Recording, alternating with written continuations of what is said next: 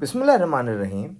In this video, we will explain why leverage may be negative. Now, leverage refers to the ratio of debt to equity or capital employed. It measures how much debt a company uses to finance its operations relative to the equity capital invested by shareholders.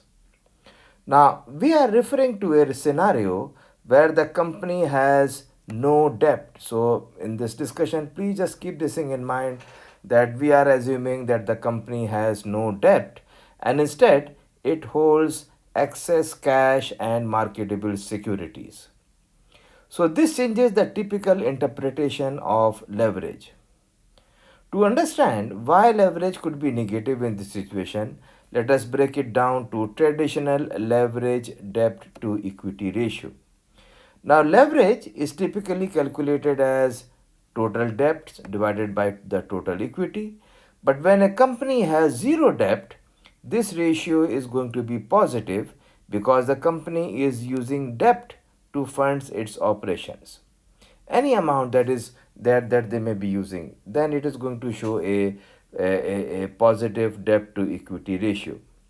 But if a company has zero debt, no debt at all, they have only excess cash or marketable securities, then the debt part of the equation is zero and the equity is positive.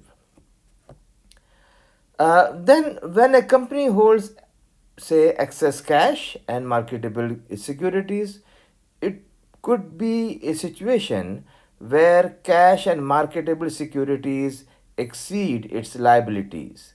So, if we are going to calculate the company's net financial obligation, so the net financial, because the debt or the liabilities are zero, so zero minus marketable securities and cash, so that is going to give us a negative net financial obligation and not a positive financial obligation.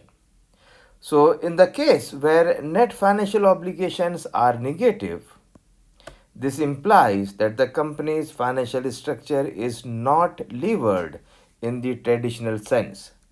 The negative leverage here means that the company is not using debt to finance its operations, rather, it has more cash than necessary for its operation.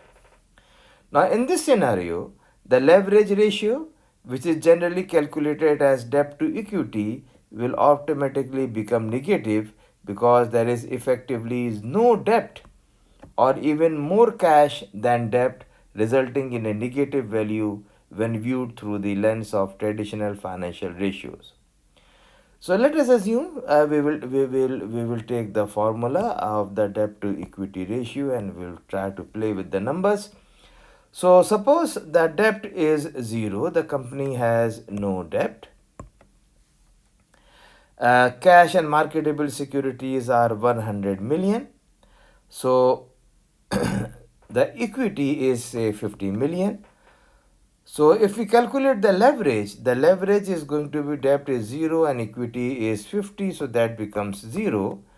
But if we take into account the company has the more of the cash and marketable securities than debt, so this is going to form a negative debt or negative leverage. So net financial obligation in this case is going to be zero debt minus the cash and marketable securities, that is 100 million. So the leverage now is going to be, this is the leverage is going to be, so this is minus 100.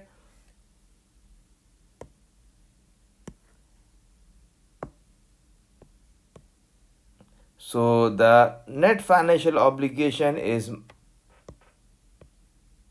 minus 100 divided by the equity, that is 50. So that gives us minus 2.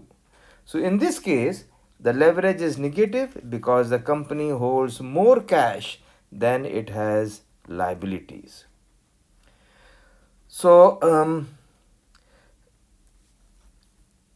the reasons why we look into this, first of all, let me talk about a little bit about normal leverage. So companies usually, they borrow money or the debt to finance their operations.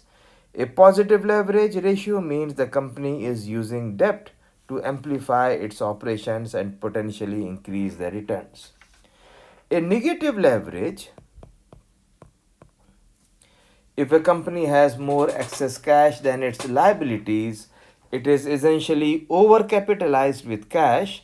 When viewed in terms of leverage, this means that the company's leverage ratio is negative because it is not borrowing money, it is rather sitting on cash. So, uh, a negative leverage can be interpreted as the firm has more cash than it needs to finance its operations.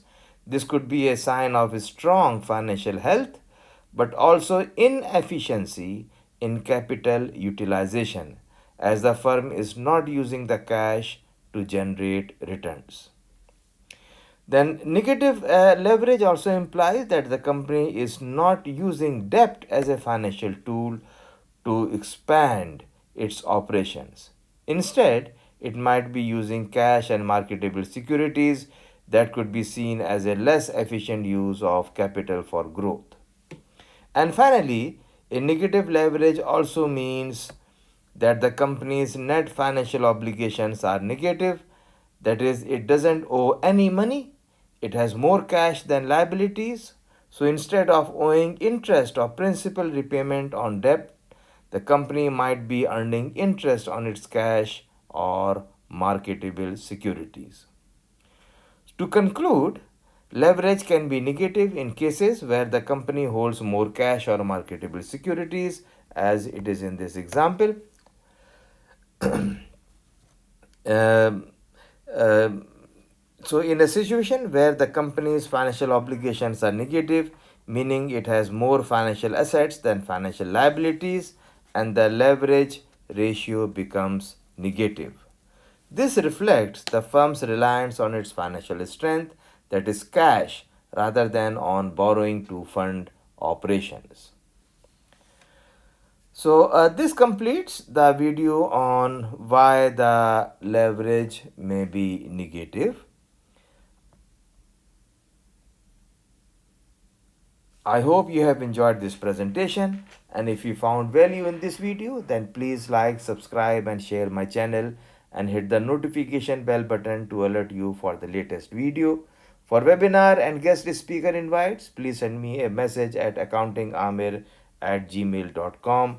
Accounting is a K. Remember, effective questioning brings insight, which fuels curiosity, which cultivates wisdom. If you have any question or any suggestion regarding this session, then please put them in the comment box below or by email, and inshallah, I will reply you back. Thank you so much and happy learning.